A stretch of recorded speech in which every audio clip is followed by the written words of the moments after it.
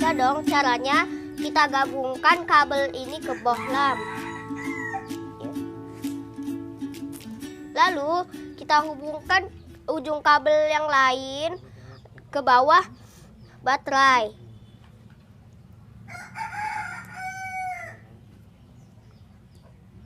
Jadi deh. Wah, nyala, keren ya. Kalian lagi apa sih? Oh, bikin lampunya menyala. Sini aku juga bisa.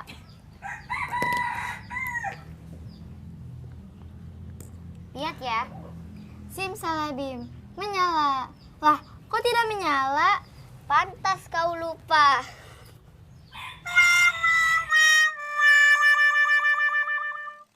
Halo Sobat X Science, kembali lagi bersama Kak Herman dalam program kesayangan kita, X Science, Eksplorasi Sains.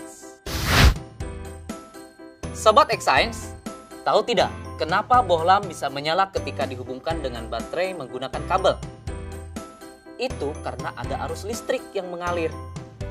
Nah, arus listrik itu mengalir dari kutub positif ke kutub negatif, atau dari tegangan yang lebih tinggi ke tegangan yang lebih rendah. Bagaimana ya dengan larutan? Bisa tidak menghantarkan listrik? Baik adik-adik, kita buktikan yuk dengan eksperimen. Sobat X Science, eksperimen kita kali ini adalah percobaan larutan elektrolit dan non-elektrolit.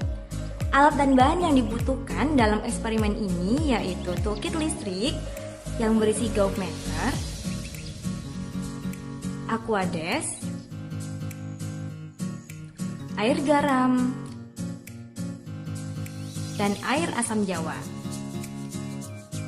Setelah semua alat dan bahan tersedia, maka langkah selanjutnya, masukkan ujung kabel ke larutan aquades, lalu amati jarum pada meteran alat atau disebut gauge. Tidak bergerak. Setelah itu, ulangi proses kegiatan dengan menggunakan larutan air garam dan larutan asam jawa. Perhatikan pergerakan jarum pada gauge meter.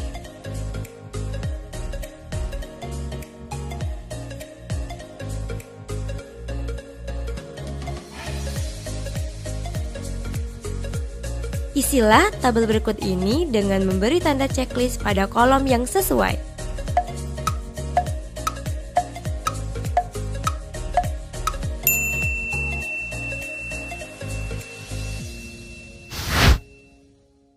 Sobat X Science, sekarang kita simak ya penjelasan hasil eksperimennya.